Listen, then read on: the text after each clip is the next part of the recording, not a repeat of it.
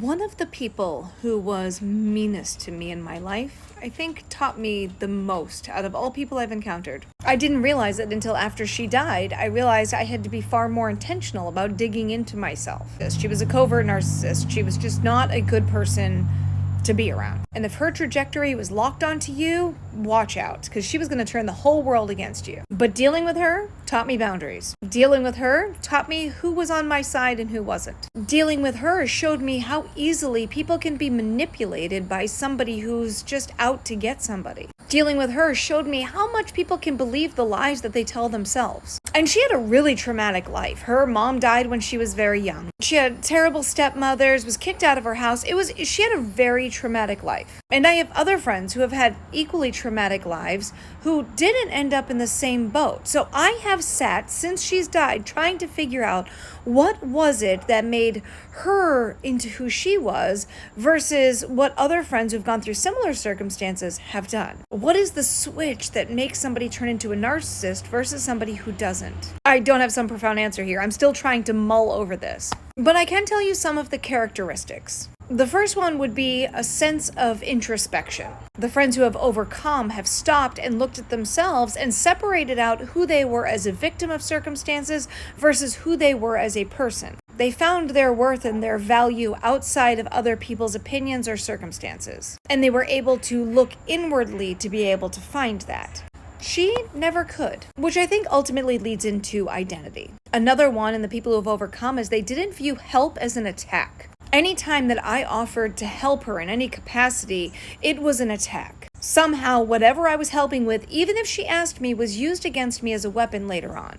So she would ask me to do something, I would do it, and then she would tell other people that I didn't do that, or that I pushed my way in, or I was being bossy when she had asked me to do that thing. Like, it starts to make you feel like you're going crazy. Where other people view help as, you're trying to help me, it's a hand up, it's let's work this together, I'm willing to get into the trenches with you and get my hands dirty in order to be able to help you. And the last big one I saw was relational boundaries. People who go through terrible circumstances and are able to overcome understand boundaries really well, even if they don't have words for it. And I think of boundaries as 4 different places: sidewalk, front yard, in the house, and in the closet type of people. And the conversations you would have in each of those places would be that type of person. You're going to have a different conversation with someone who's on a sidewalk than you would with somebody who's in your living room, and versus somebody who's in your front yard versus somebody who's in your closet. You're allowing different layers of yourself to be exposed. Even though they're always present, you're allowing the exposure of them to certain people who have earned that place. And I've noticed that people who really overcome circumstances understand those boundaries almost natively. There's an understanding that you allow people into a certain point based on trust. Where her, I noticed that she always wanted to be as invasive as possible and in every part of your business, but she would never allow anybody into hers. At least not the people that you would expect. However, the people outside, the people who were strangers, she would let into like the most intimate areas of her life. It was almost like she was trying to gain credibility with strangers versus credibility with people who actually knew her. She was misbalancing her vulnerability and setting herself up for more hurt. In hindsight, I don't believe that this woman was born narcissistic. I believe she was a victim of her circumstances and didn't have the tools to be able to climb out of that. To get to that self-aware point is really difficult for someone. The most tragic part of everything is that when she died, life went on. Some of the terrible things that she's done have definitely left waves throughout my life. However, for the most part, it's been peaceful. And as terrible as it sounds, when I found out that she died, there was a sense of relief.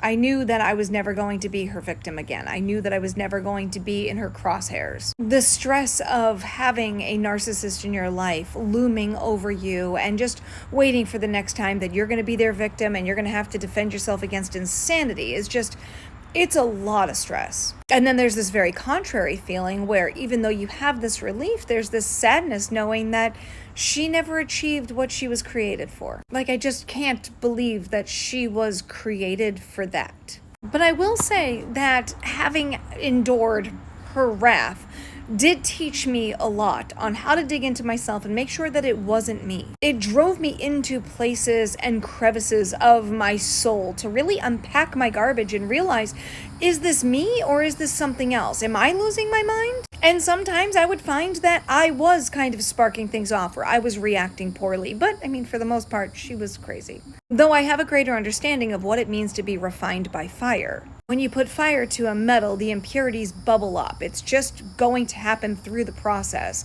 And that time refined a lot of different parts of myself where things bubbled up and I was able to process them. I have to be more intentional about it now because I'm not watching my back for the next time Cuckoo for Cocoa Puffs is going to come out and attack me for nothing. They kind of taught me to live above reproach. If you have no skeletons or cobwebs, they can't find them. And since she would absolutely victimize any skeleton or cobweb that she found, I made sure that I brought them all out and dealt with them. So in a weird way, the most difficult toxic person in my life was one of the greatest catalysts for growth. None of that means that you should stay in an abusive or a narcissistic person's life. But what it does mean is if you have one of those people in your life that you can't get out of your life, use them to kind of that fire to bubble out the garbage in you. Because you have to acknowledge you're never going to fix them, you're never going to change them, you're never going to do anything that's going to make them better. Change comes from within and they don't want to change. But the change that it can trigger inside of you actually will do you good. If you keep your boundaries and you keep yourself safe. Fire can both burn down a house or refine silver. So if the heat's going to be there anyway, make yourself silver. Unless, of course, you can get away. I couldn't get away. I was stuck with her. It's always easier to have no narcissist in your life. I know that. Because I live the peace of not having that narcissist in my life now. And since she died, there's no threat of her ever coming back. But it's also a very weird feeling to reflect back and realize how much I grew, even though it was so